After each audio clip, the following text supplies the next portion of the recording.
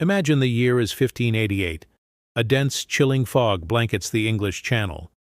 The wind, a fickle beast, shifts without warning, turning the sea into a labyrinth of chaos.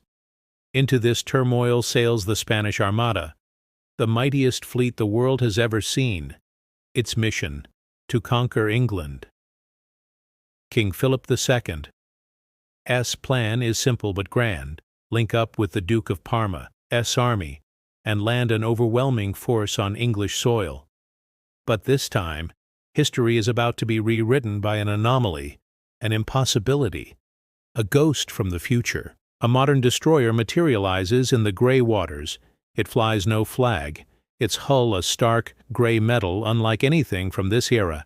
It moves with impossible speed against the wind, a phantom gliding through the fog that blinds all others. Its radar sees what human eyes cannot. Its engines defy the very laws of sail and its weapons. Its weapons can strike from beyond the horizon, far beyond the reach of any 16th century cannon. This lone vessel from the future has one mission: survive, and in doing so, shatter an empire's ambition. The crew of this time-lost warship knows the odds. Despite their technological supremacy, they are alone, with limited fuel and finite ammunition. They must follow a strict set of rules to survive and succeed. Rule number 1: keep your distance. The moment hundreds of Spanish soldiers armed with grappling hooks and swords climb aboard, it's all over. The steel giant would become a prize of war. Therefore, every engagement must be a dance of standoff and withdrawal. Night is their greatest ally, providing the perfect cover to strike hard and vanish into the darkness. Daylight is riskier. It burns precious fuel to maintain distance and invites the danger of encirclement. Ammunition is more valuable than gold. Every shell, every missile must count. Modern guidance systems, designed for metal warships, can behave unpredictably against wooden hulls and canvas sails, so the expensive high-tech missiles are reserved for the most critical targets. The flagships carrying the admirals or any vessel daring enough to attempt a flanking maneuver. The destroyer's strategy isn't to sink every wooden ship. That would be a waste of resources. The goal is chaos. The plan is to cripple the Armada's ability to fight as a cohesive force. 3 strategic objectives guide every action: prevent the rendezvous with Parma's army, sever the chain of command, and destroy their vital supplies: water, gunpowder, and spare parts. If the Armada is left adrift, starving and unable to repair itself, the unforgiving sea will do the rest. As dusk settles, the hunt begins. The destroyer becomes a true ghost ship, lights out, running on silent systems, using the thick fog as its cloak. On its radar screen, the Spanish fleet appears as a constellation of green dots, smaller ships forming a protective screen around the larger galleons. The destroyer lurks just outside their cannon range, a predator watching its prey. It selects its first targets: a command ship and a heavy supply vessel.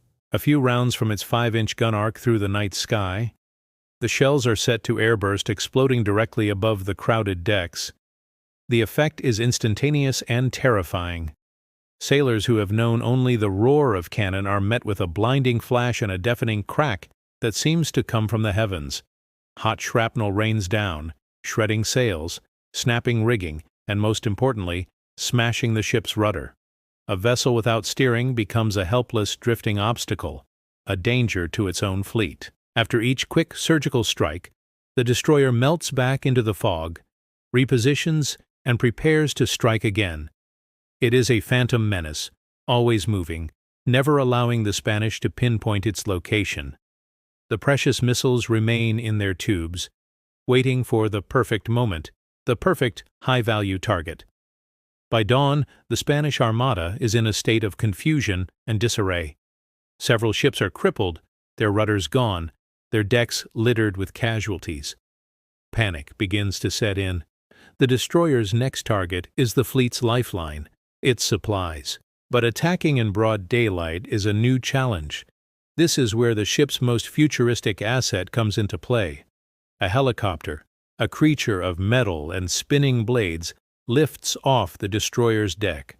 Equipped with night vision and guided rockets, it is the perfect tool for striking slow, vulnerable targets. The helicopter crew quickly locates a cluster of supply barges and powder boats huddled together for protection. From a safe altitude, they launch a volley of small, precise rockets. For the Spanish sailors below, it is a scene from a nightmare. They hear an unnatural, rhythmic chopping sound from the clouds above, a sound no one has ever heard before. Then, streaks of fire descend from the sky. The explosions are small, but devastatingly effective. A powder boat erupts in a massive fireball, the flames leaping to the rigging of nearby ships. Chaos reigns. Soldiers fire their muskets uselessly into the sky, their shots swallowed by the clouds. As the strange sound fades, an eerie silence falls, replaced by a profound sense of dread. Morale, already fragile, begins to crumble under the threat of an enemy they cannot see or fight. Faced with this invisible and untouchable foe, the Spanish admirals make a desperate decision. They must force a direct confrontation. They order the Armada to tighten its formation, pushing their largest and most heavily armed galleons to the front to act as floating shields. It's a bold move, but one the destroyer anticipates. Its radar tracks the entire maneuver. Now, it's time to unleash the full symphony of destruction. The 5-inch gunfires airburst shells that rake the decks of the lead ships, shredding sails and morale alike. The close-in weapon system, the CWS, unleashes a torrent of fire, a chainsaw of bullets that rips through masts and wooden hulls. For the first time, missiles are launched, streaking towards the largest galleons that are trying to charge forward. The impact of modern weaponry on 16th-century ships is cataclysmic. A missile hits the flagship of a squadron commander, and the vessel simply vanishes in a ball of fire. The psychological shockwave is even more powerful than the explosion. Faster ships that try to break away and pursue are quickly disabled by precise shots to their rudders and masts. Command and control collapses completely. With admirals dead or wounded, and runners unable to deliver conflicting orders, discipline evaporates. The tight formation breaks apart into scattered, drifting clusters. Captains, now acting on their own, abandon the invasion plan. Their only mission is survival. The grand attempt to link up with Parma's army is over. The battle is won, not by sinking the entire fleet, but by shattering its will to fight. The once invincible Spanish Armada is now a disorganized collection of damaged ships, leaderless and demoralized, their only thought to escape the haunted waters of the English Channel. For the common soldier, the modern warship becomes a terrifying legend, whispered in hushed tones.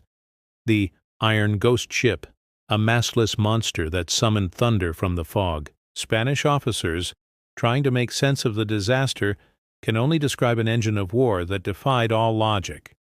Priests on board declare it a divine trial, a punishment from God himself.